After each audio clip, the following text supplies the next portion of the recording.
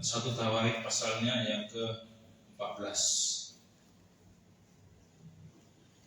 Ayatnya yang ke-8 sampai dengan ayatnya yang ke-17.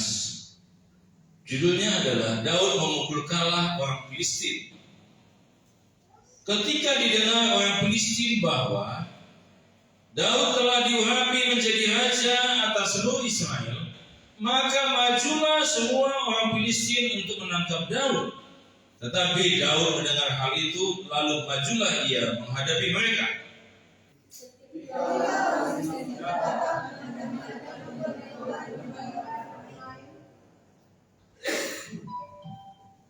Bertanyalah Daud kepada Allah, apakah aku harus maju melawan orang Filistin itu, dan akan kau serahkankah mereka ke dalam tanganku?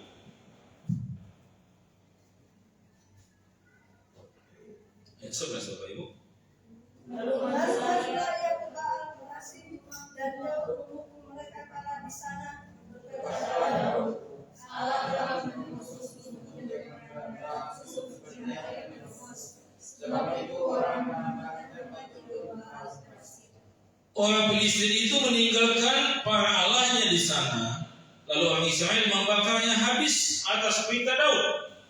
Ketika orang Filistin menyertai sekali lagi dalam hal itu,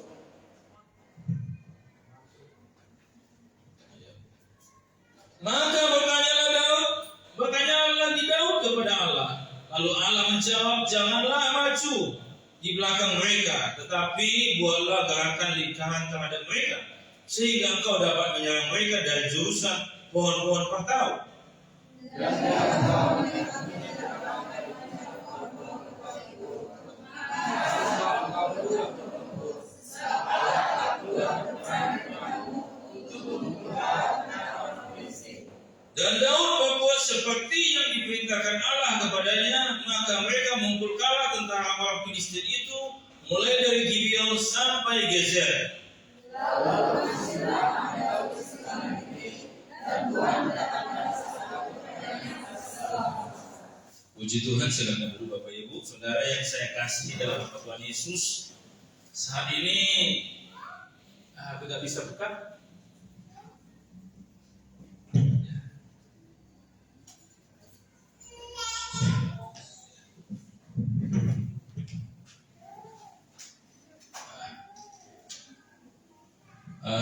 Bapak Ibu saudara yang saya kasih dalam Tuhan Yesus, saat ini kita sedang ramai dengan sirkuit yang dibangun di Indonesia, yaitu di Mandalika, di daerah Kupang ya kali ya. Jadi kita sedang diramaikan dengan kegiatan formula balap sepeda motor di sana. Dan Bapak Ibu saudara, sepintas kemarin saya coba menonton dan mendengar ya tentang apa yang terjadi. Ada yang mengatakan kualitas jalannya kurang bagus, ada yang menyatakan bermacam-macam. Tetapi Bapak Ibu Saudara, saya mengamati bahwa para pembalap sudah berdatangan ke sana dengan tujuan supaya mereka mengalami kemenangan, betul ya? Tidak ada satu pembalap pun yang datang ke sana dengan tujuan supaya mereka kalah. Nggak ada yang seperti itu. Jadi dalam setiap perlombaan yang akan mereka alami, mereka jalani, mereka laksanakan, tujuan mereka adalah bagaimana supaya mereka mengalami kemenangan. Bapak Ibu Saudara, tantangan dalam diri mereka adalah mau menang atau kalah. Tentu kalau kalah nggak usah datang, maka mereka mempunyai target supaya bisa menang. Ya. Bagaimana supaya bisa menang? Maka ada trik-trik tertentu yang mereka gunakan. Mungkin di motor, mungkin pelatih, mungkin juga keahlian, mungkin membaca lapangan dan sebagainya. Tetapi saya tidak bicara tentang sirkuit Mandalika atau perlombaan di sana. Saya akan berbicara tentang sebuah bagian penting yang disampaikan oleh Tuhan melalui hamba Allah Ezra untuk disampaikan kembali dalam kitab Tawarik ini, yaitu berbicara tentang hidup yang berkemenangan. Ya, jadi tema kita adalah hidup yang berkemenangan. Bapak Ibu Saudara yang saya kasih dalam nama Tuhan Yesus, penting sekali Temanya adalah hidup yang berkemenangan. Ada sebuah realita yang luar biasa yang terjadi, Bapak Ibu Saudara, yang kita lihat dalam nats ini, bahwa sebuah realita yang dihadapi oleh Raja Daud, yaitu bahwa Raja Daud ketika dia diangkat menjadi raja, maka ia menghadapi sebuah persoalan. Bapak Ibu Saudara yang saya kasih dalam nama Tuhan Yesus, ada kedengaran suaranya? Bapak Ibu dengar? Kalau nggak usah pakai mic, nggak apa-apa. Bapak Ibu Saudara yang saya kasih dalam nama Tuhan Yesus, ini penting sekali. Ayat yang ke-8 dicatat dalam bagian ini. Ketika didengar orang Filistin bahwa Daud telah diurapi menjadi raja atas seluruh Israel, maka majulah orang Filistin untuk menangkap Daud. Tetapi Daud mendengar hal itu, lalu majulah ia menghadapi mereka.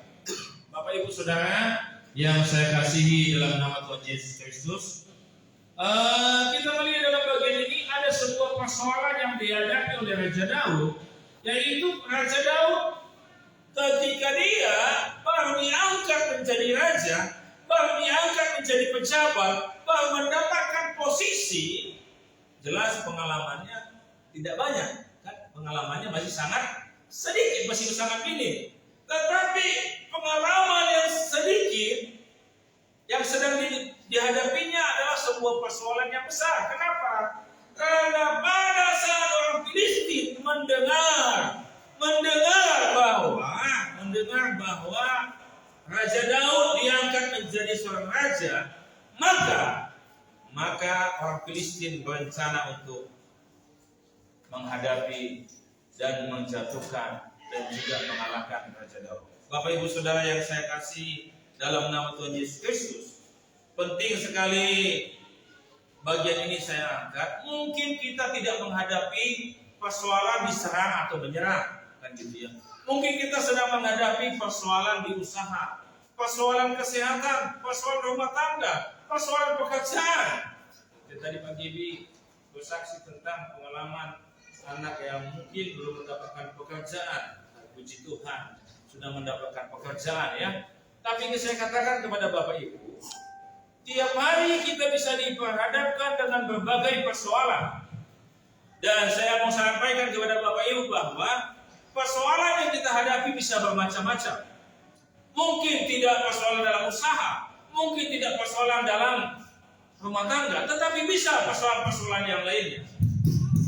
Bapak Ibu Saudara yang saya kasih dalam nama Tuhan Yesus Kristus, kita melihat dalam bagian ini bagaimana Daud bisa menang. Bagaimana Raja Daud bisa menang? Bisa apa? Usah, ya udah nggak usah apa-apa. Kita tidak tergantung itu juga ya. Bapak Ibu Saudara yang saya kasih dalam nama Tuhan Yesus Kristus, bagaimana Daud bisa menang? Mengalami kemenangan ketika menghadapi sebuah persoalan. Yang pertama adalah Bapak Ibu Saudara, Raja Daud ketika dia menghadapi sebuah persoalan yang sangat genting, dia menang karena yang pertama, Daud membangun persekutuan dengan Tuhan. Bapak Ibu Saudara, Daud membangun persekutuan dengan Tuhan. Coba kita lihat dalam bagian ini. Ketika orang Filistin itu datang mengadakan penyerbuan di lembah Refaim, sama-sama kita baca ayat yang ke-10. 1, 2, 3.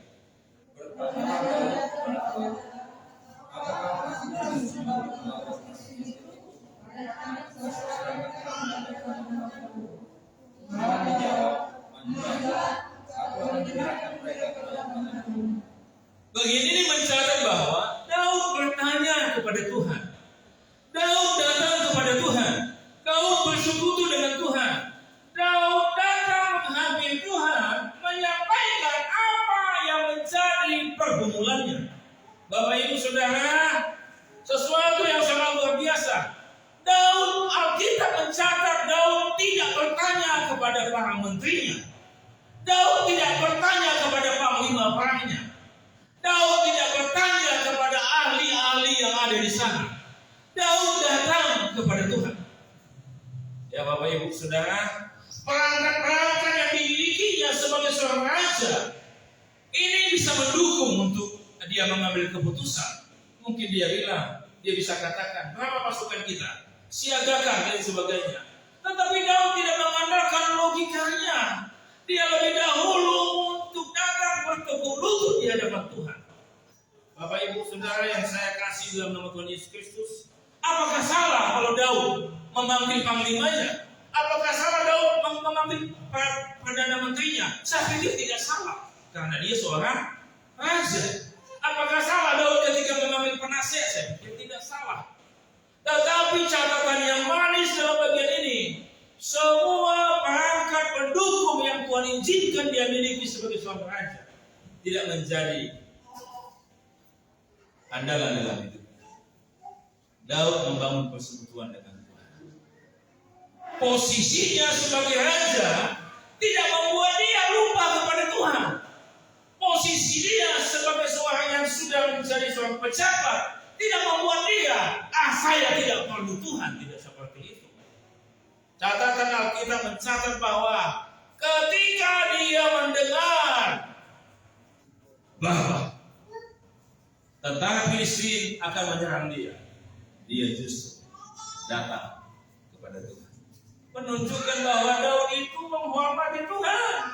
Daud itu sadar bahwa hidupnya kasih karunia Tuhan.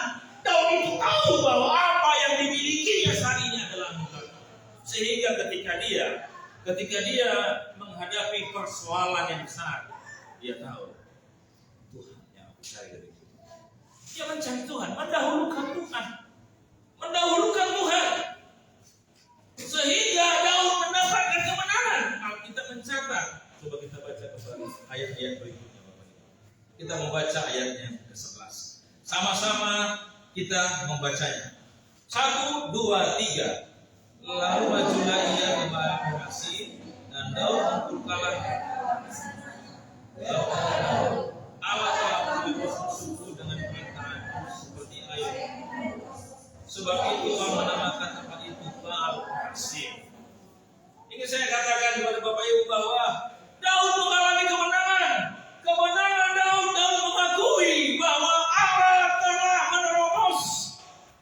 Artinya Daud mengakui ada kedaulatan Tuhan dalam kemenangannya.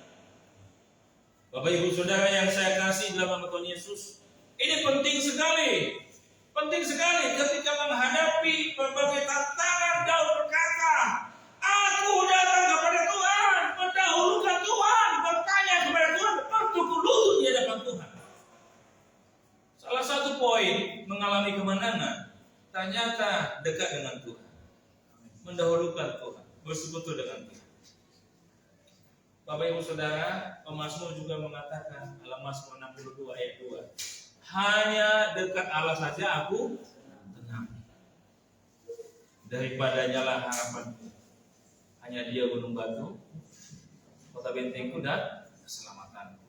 Bapak Ibu, jemaat Tuhan yang saya kasih dalam nama Tuhan Yesus, salah satu poin penting bagaimana Daud menang menghadapi orang Filistin yang terkenal sudah terlatih berperang, dan Daud baru diangkat menjadi raja.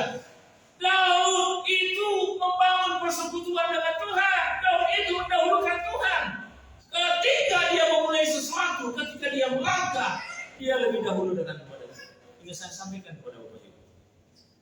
Banyak bisa perangkat-perangkat pendukung yang kita miliki, ya Bapak Ibu ya. Entah gelar, entah harta, entah jabatan, entah pangkat, entah kepintaran, atau pendidikan apapun juga. Nah, bisa lo katakan bahwa belajar dari Daud ketika menghadapi persoalan dalam usaha, rumah tangga, pekerjaan, kesehatan, apapun itu, kita tidak bisa memaksa Tuhan untuk memberikan jawaban seperti yang kita mau. Tetapi ketika kita duduk diam bersekutu dengan Tuhan, mendahulukan Tuhan, maka kita pasti diberikan kekuatan oleh Tuhan. Amin. Ada banyak persoalan yang tidak bisa kita hadapi, kita selesaikan dengan logika kita. Bapak Ibu Saudara, jangan berpikir bahwa kalau orang sudah pendidikannya tinggi, artinya semua persoalan bisa dihadapi. Jangan berpikir bahwa karena kita sudah punya harta yang banyak, semua persoalan kita bisa hadapi.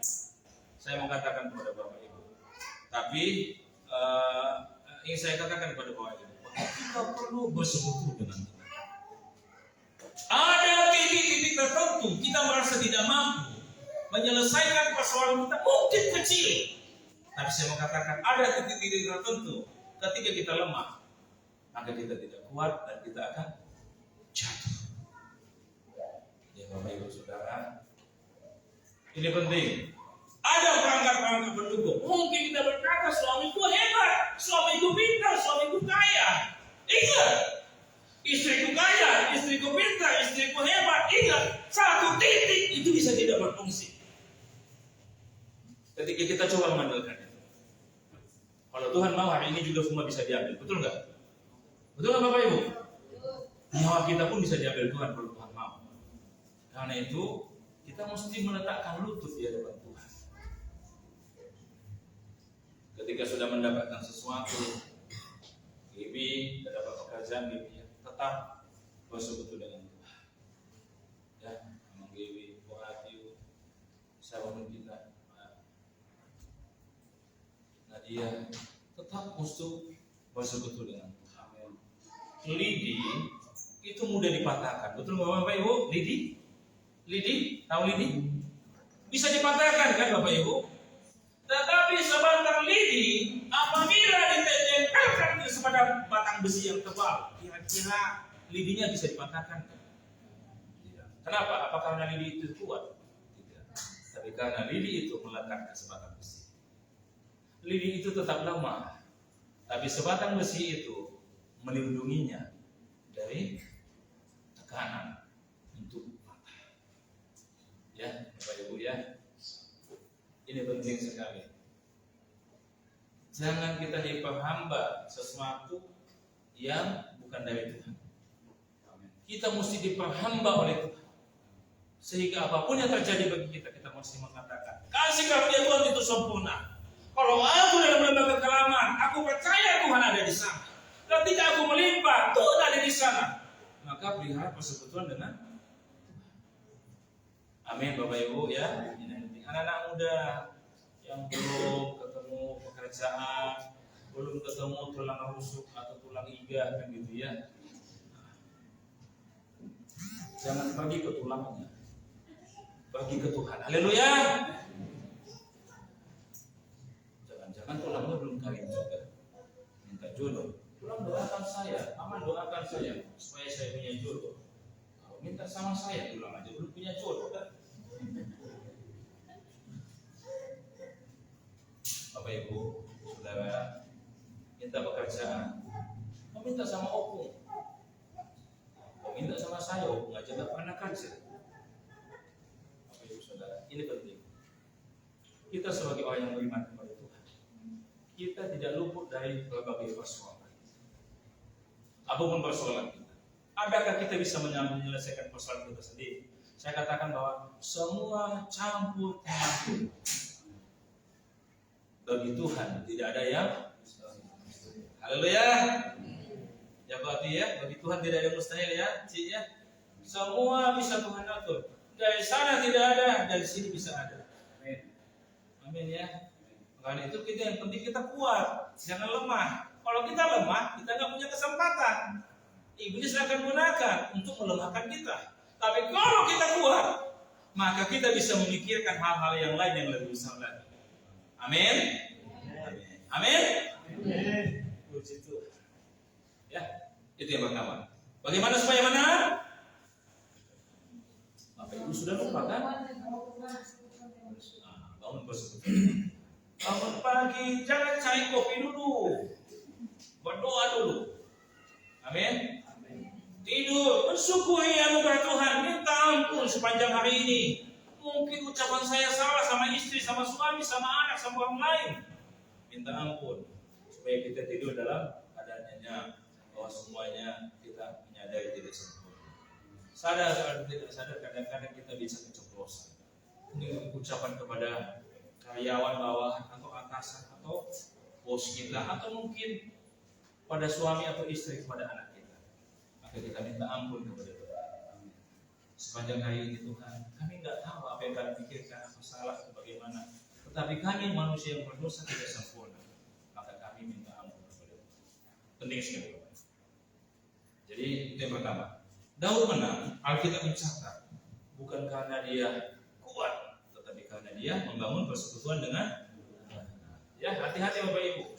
Dalam pekerjaan pun, kalau sudah kerja, sudah mendapatkan teman hidup, hati-hati. Jangan sampai setelah menikah, setelah pekerjaan, setelah kaya, setelah apa, malah itu membuat kita jauh dari Tuhan. Itu bahaya Bapak Ibu ya. Kedua, ya, biasakan kita untuk hal-hal yang rohani. Yang kedua, bukan saja Daud membangun persekutuan dengan Tuhan. Yang kedua adalah Daud mempunyai landasan iman yang kokoh kepada Tuhan.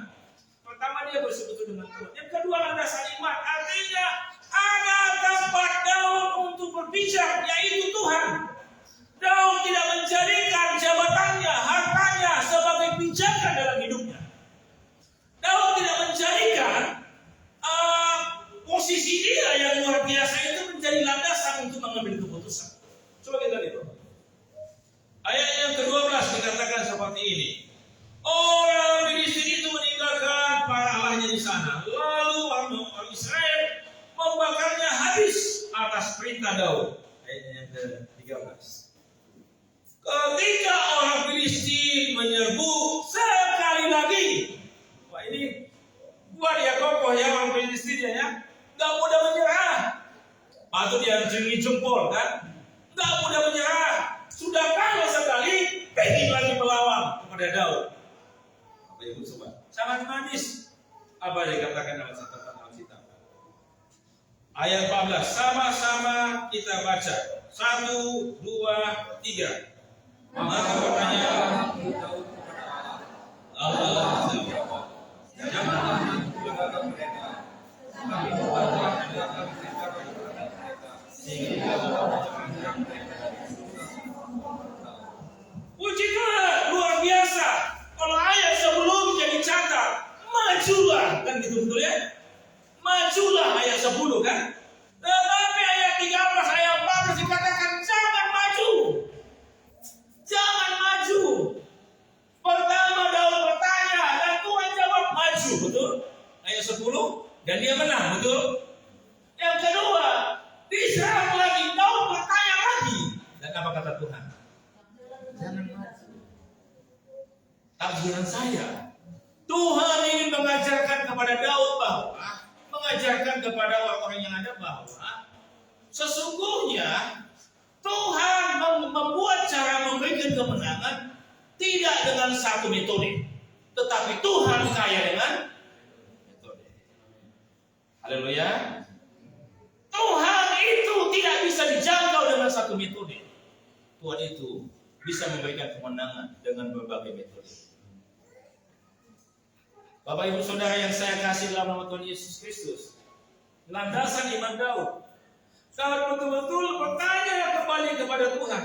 Daud bertanya lagi kepada Tuhan dan diulangi. Bertanya ada kata lagi, berarti diulang kan? Berulang Daud bertanya kepada Tuhan. Kemenangan yang pertama tidak menjadi pijakan bagi Daud.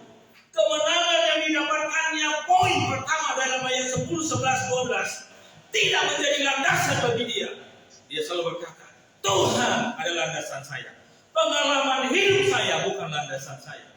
Tuhan adalah landasan hidup saya.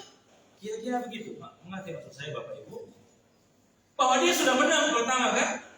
Seharusnya dia bisa berkata, oh udahlah, gua gak usah tanya lagi sama Tuhan. Kenapa? Tadi kan aku udah menang. Gak perlu lagi bertanya. Aku sudah tahu caranya untuk menang. Tetapi jawaban Tuhan, jangan maju. Kenapa ini? Saya pikir Tuhan sangat kaya dengan metode. Sehingga Tuhan mau Daud tunduk kepada Tuhan. Tidak sepenuhnya mengandalkan kekuatannya. Dia betul-betul berserah diri kepada Tuhan. Pertama dia mendahulukan Tuhan. Yang kedua, dia tidak menjadikan pengalaman sebagai landasan untuk mengambil keputusan. Menjadi sok pintar kan gitu ya. Tadi kan aku udah menang kan gitu. Gak perlu lagi tanya sama Tuhan, gak perlu lagi berdoa. Tahu aku sudah tahu cara mendapatkan kemenangan. Tetapi catatan yang manis dicatat oleh Ezra kembali dalam bagian ini bahwa karena kita tahu ini adalah kitab yang dihormatkan lagi oleh Ezra, kitab raja-raja yang dihormatkan kembali oleh Ezra ketika bangsa Israel pulang dari pembuangan. Bapak Ibu Saudara, kalau dalam kitab orang Yahudi, kitab Tawarat ini adalah kitab yang terakhir. Ya, dalam kitab orang Yahudi. Jadi bukan Maleakhi. Kenapa? Karena memang kitab ini adalah kitab yang disambil kembali, dicatat kembali oleh Ezra, dihormatkan kepada umat yang baru pulang dari pembuangan dalam keadaan pelanda Israel. Ezra diperintahkan Tuhan catat kembali dan sampaikan tentang pahlawan-pahlawan orang Yahudi yang dulu pernah menjadi raja dan berhasil. Dan salah satunya adalah Daud. Disampaikan kembali Ezra menyampaikan khotbah ini. Karena itu kalau Bapak Ibu baca referensinya, ini bisa didapatkan juga dalam 2 Samuel pasal 5 ayat 17 sampai 25. Ezra dipakai oleh Tuhan untuk menyampaikan bahwa Daud sungguh-sungguh punya landasan betul-betul iman kepada Tuhan. Tidak meletakkan fondasi, mengajak umat supaya tidak menjadi lemah karena kondisi bangsa Israel yang baru sedang perang-peranda, yang sedang hancur karena mereka selama ini berada di pembuangan, supaya mereka tidak lemah. Ya, seperti orang baru kebakaran rumahnya, datang lihat, pasti dia letih kan? Kira-kira gambarannya begitu, tinggal puing-puing. Nah, ketika bangsa Israel pulang dari pembuangan, Ezra diperintahkan Tuhan untuk mencatat kembali, hormatkan kembali Ezra, kitab 2 Samuel pasal 5. Hormatkan kembali itu supaya bangsa Israel dikokohkan kembali, supaya mereka dikuatkan kembali. Maka Ezra menghormatkan ini.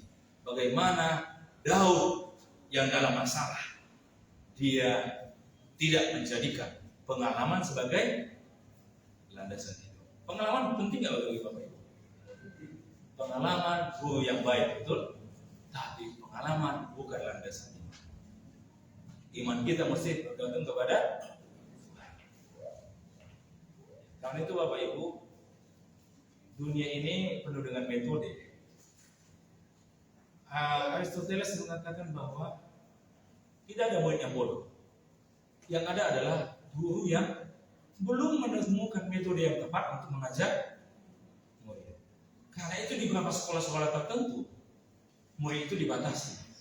Di sekolah saya di Sri Moria, untuk ambil program dokter itu tidak boleh lebih dari 10, disesuaikan dengan dosen. Kenapa? Karena memang dosen mesti menemukan metode yang tepat untuk mengajar muridnya, mahasiswanya. Saya sekarang naik SAPPI, membatasi, tidak semua diambil kan.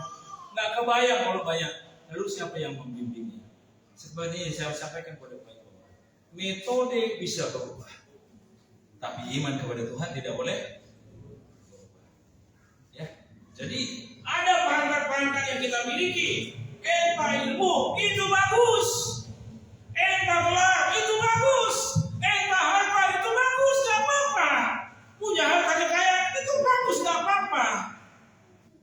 Tetapi dalam mengambil keputusan untuk mendapatkan kemenangan, kita mesti menjadikan Tuhan sebagai landasan hidup kita.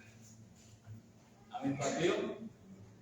Ya, Bapak Ibu ya, amin. Amin. Hari ini kami belum punya apa-apa. Tidak masalah. Tidak masalah. Yang penting jangan sampai tidak beriman kepada Tuhan Yesus Kristus. Ini penting. Ya. Makan kami apa adanya, nggak apa-apa. Yang penting jangan kita jual keyakinan kita dengan untuk sepiring makanan seperti Esau. Penting sekali. Jadi kaya itu penting, iya. Tapi cara mendapatkannya juga kita mesti berlandaskan iman. Haleluya. Ini penting. Saya sampaikan kepada Bapak Ibu bahwa bagaimana supaya menang, bagaimana supaya kuat, bagaimana supaya kokoh, bagaimana supaya kita tidak lemah. Yang kedua, Jadikan Tuhan level landasan kita. Ya. Kalau hari ini kita belum dapat, besok bisa, lusa bisa. Karena bagi Tuhan tidak ada yang mustahil. Saya mendoakan jemaat Tuhan untuk bergantung sepenuhnya kepada Tuhan. Jangan kepada gembala. Ya. Kenapa? Karena Tuhan jawaban kita yang sempurna. Dan Dia tidak pernah salah. Kalau hari ini kita belum dapatkan, mungkin besok, mungkin lusa. Amin. Jadi nggak usah khawatir menjalani hidup ini, karena kita percaya. Selama kita percaya ada Tuhan, dan Tuhan pasti memberikan jawaban yang terbaik bagi saya. Maka kita akan menjalani hidup ini dengan baik.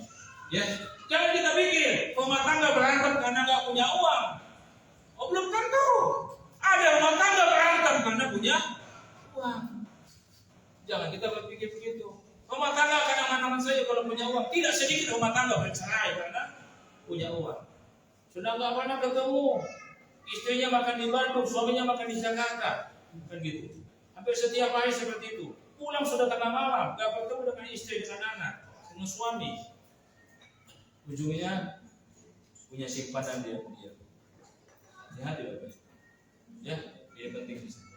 Tidak sedikit orang juga memang karena nggak punya apa-apa, akhirnya bercerai dan berpisah.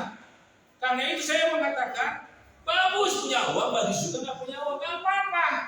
Yang penting jangan sampai nggak punya. Karena itu kita wariskan kepada anak-anak kita, bukan harta.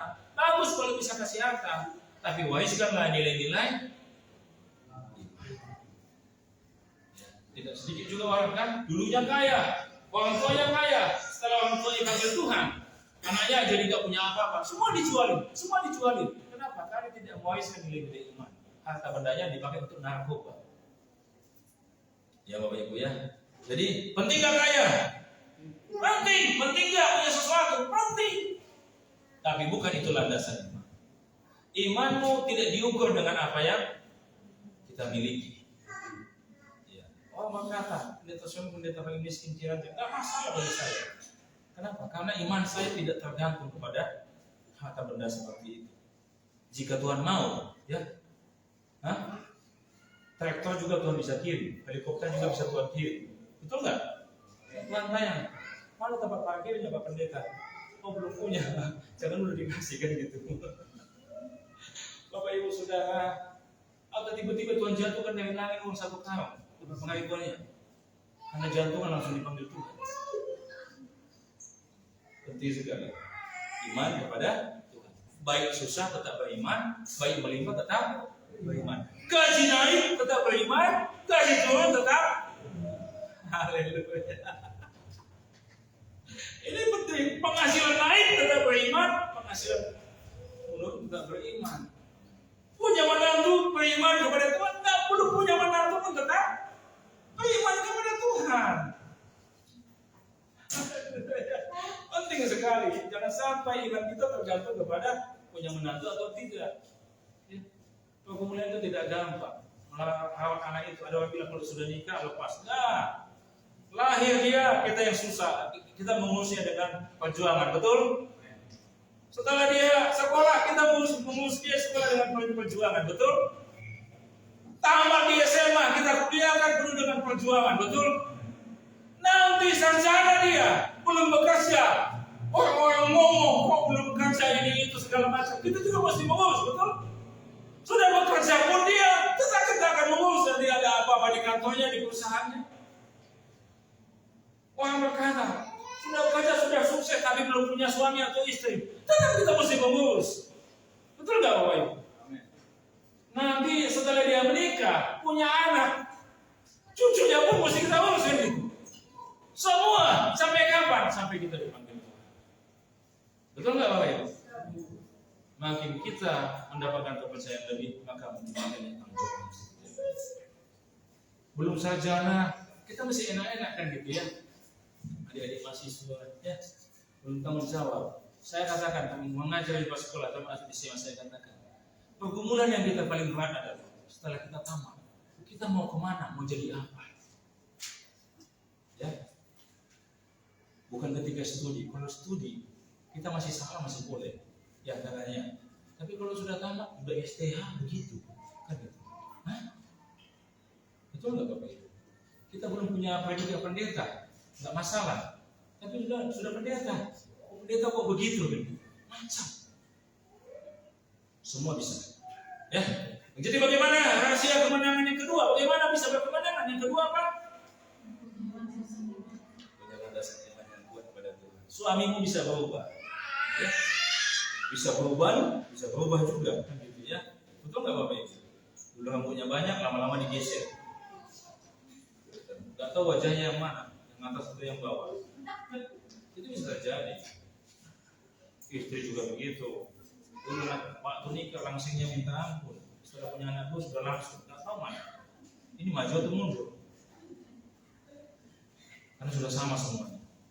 Tapi saya katakan, letakkanlah iman kita kepada Tuhan. Haleluya. Amin. Oh, puji Tuhan. Ya. Kedua ya, nggak usah panjang Pak Pendeta. Nggak usah panjang. Ini yang ketiga. Yang terakhir. Kalau sudah bilang yang terakhir berarti Bapak Ibu senang kan? Ya. Yang ketiga. Banyak sekali poinnya Pak Pendeta. Yang begitu. Ya. Bapak Ibu, Daud mengalami kemenangan bukan hanya poin yang kedua landasan imannya, tetapi ada yang lain lagi. Ayatnya yang ke-16. Sama-sama kita baca. 1, 2, 3. Dan Daud berbuat seperti yang diberitakan Allah kepadanya. Maka mereka memukul orang tentara Filistin, mulai dari Gibeon sampai Geser. Yang ketiga adalah Daud hidup taat kepada perintah Tuhan. Daud ikuti komando yang Tuhan berikan. Bapak Ibu Saudara, coba kita lihat. Daud mendengar, mengerti, dan melakukan. Saya nggak terlalu percaya dia mendengar, nggak mengerti, tapi dia lakukan. Itu mah. Biasanya tertarik, Pak ya. Nggak juga ya, Pak ya. Pokoknya ketika mendengar, siap. Ditendang, siap. Dipukul, siap. Tak mengerti, enggak. Bapak Ibu Saudara, ini penting sekali. Bapak Ibu Saudara yang saya kasih dalam Tuhan Yesus. Daud berbuat seperti yang diperintahkan Tuhan.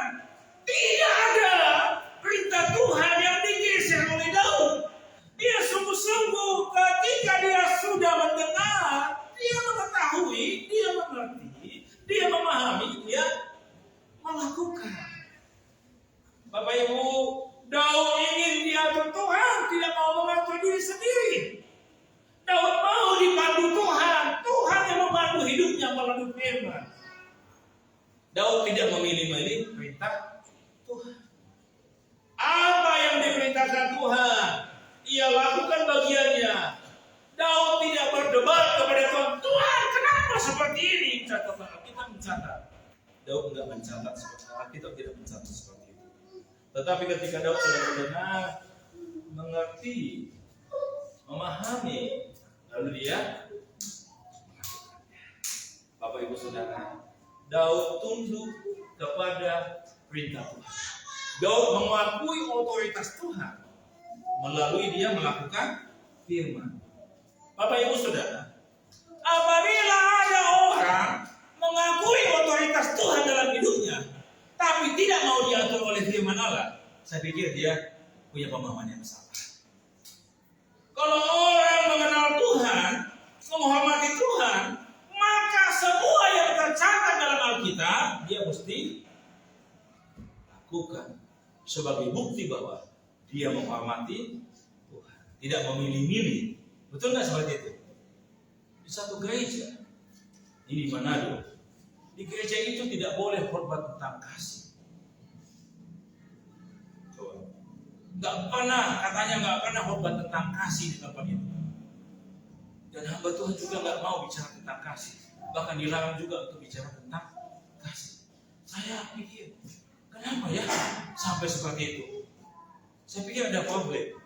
Mereka memilih-milih kalau tentang kasih diabaikan. Apakah manusia di sifat itu memang sudah punya kasih semua sehingga tidak perlu dihormatkan? Atau memang tidak punya kasih sama sekali? Ini pentingnya Bapak Ibu Saudara. Karena itu Bapak Ibu, Daud dalam bagian ini luar biasa. Alkitab berkata dalam 2 Timotius 3:16, Alkitab berkata firman Allah bermanfaat untuk apa Bapak Ibu? Mengajar, apalagi memperbaiki kelakuan, kan? Menegur, kan gitu ya? Menuntun orang dalam kebenaran, betul gak? Sebaik apapun nasihat di luar sana, kalau itu bukan firman Tuhan, kualitas itu berbeda. Ya, sebaik apapun nasihat di sana, kalau itu sumbernya bukan firman Tuhan, itu tidak setara dengan firman Tuhan. Karena itu Bapak Ibu, kalau ketika pendeta menyampaikan sesuatu, Bapak Ibu jemaat Tuhan mesti mendengar, ngerti enggak, pahami enggak. Tetapi kan cukup cuma mendengar mengerti, lakukan. Ketika Bapak Ibu lakukan, Bapak Ibu bukan menghormati saya, tetapi menghormati Tuhan, mengakui otoritas Tuhan dalam hidup kita. Amin. Ini penting sekali. Ya, Pak Yowin Pengaya, mengakui otoritas Tuhan. Kalau kita hanya sekedar mendengar, mengetahui, memahami, tapi tidak melakukannya,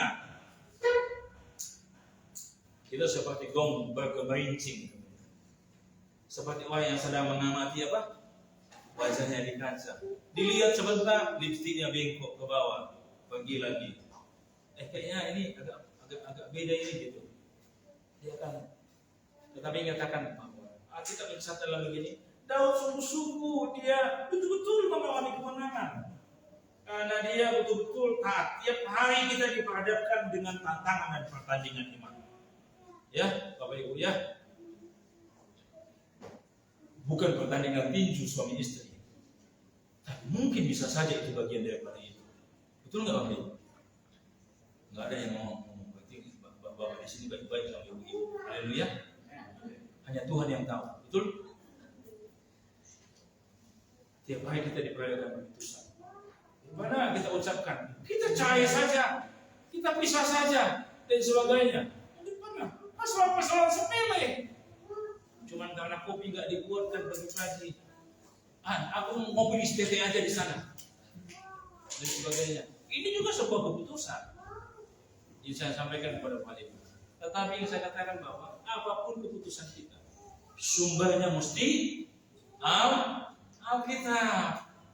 Taat. Orang bisa setia loh, setia beribadah, setia melayani, tapi belum tentu dia taat. Betul. Orang bisa setia berdoa, setia baca Alkitab, tapi belum tentu dia taat. Tapi orang yang taat pasti dia setia. Kata Ibu Gembala seperti itu kepada saya kemarin. Bukannya mereka ketika kita berdiskusi tentang sebuah 2 minggu lalu, statement ini muncul. Sepertinya analisa saya ini coba pikirkan. Orang yang setia itu belum tentu taat, tapi orang yang taat itu pasti dia setia. Setia pulang setiap hari dari apa? Dari lapangan doa. Betul? Tapi betulkah dia suami yang taat? Hah? Betulkah dia suami yang taat? Amin. Pada dia bilang, puji Tuhan, ini salah satu yang berani memproklamasikan iman. Seperti begitu. Bapak-bapak taat? Bapak-bapak taat? Seperti yang mempertimbangkan. Nanti kuliah ke belakang ke samping istri penting. Bapak kemarin itu. Bapak Ibu, ini penting sekali. Taat. Ya, Pak Gawin ya. Taat. Setiap hari berangkat pagi, pulang.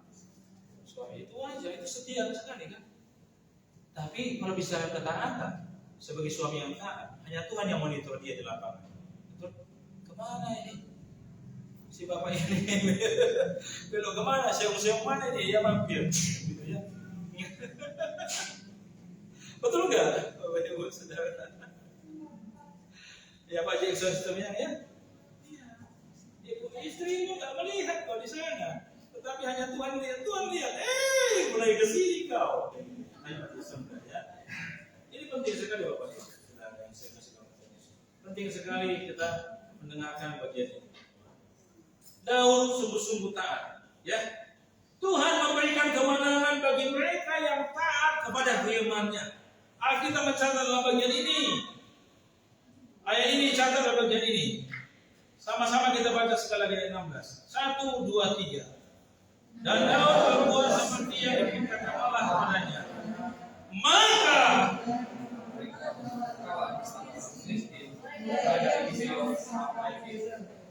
sama terus selanjutnya.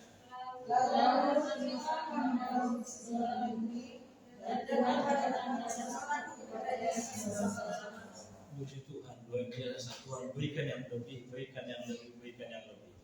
Hanya mesti dibayar dengan ketaatan. Bapak Ibu mau taat? Jangan pilih-pilih yang untuk taat ya. Beda taat sama takut. Bapak Ibu takut, bapak-bapak takut istri itu taat sama istri. Ini beda. Kita mesti betul-betul menjadi seorang pria yang taat. Istri yang taat semuanya berlandaskan firman Tuhan. Bagaimana saya mau taat? Berarti aja nggak tahu firman Tuhan. Nah, Bapak Ibu, karena itu mesti tahu dulu firman Tuhan. Dengar kan? Baru kita bisa lakukan. Jangan buat. Kalau Alkitab bilang jangan menyimpang ke kanan atau ke kiri, itu kita mesti berada di jalan yang lurus maksudnya. Dan kita ulangan pasalnya ke 28. Ya. Jadi ketika kita bekerja, ketika kita berusaha, ketika kita menjadi suami, menjadi istri, menjadi anak ataupun jadi orang tua, kita diperhadapkan dengan pertandingan iman. Ya. Semua harus kita mengambil keputusan. Supaya menang maka kita ada 3 hal. Satu apa? Bersekutu dengan Tuhan. Makin dekat sama Tuhan kita makin kuat. Makin jauh dari Tuhan kita akan makin kuat. Yang kedua, landasan iman. Jadikan landasan iman. Jangan harta benda, jangan jabatan, jangan pangkat, jangan anak, jangan orang tua. Ya, kita bisa kecewa. Yang ketiga, lakukan. Taat beribadah, taat baca firman, lakukan apa yang tertulis. Tuhan menjanjikan kemenangan pada Daud, pasti Tuhan juga memberikan kemenangan kepada kita apabila kita hidup sendiri. Tuhan berkati kita. Kita lihat satu pujian kepada Tuhan. Bukan bagus.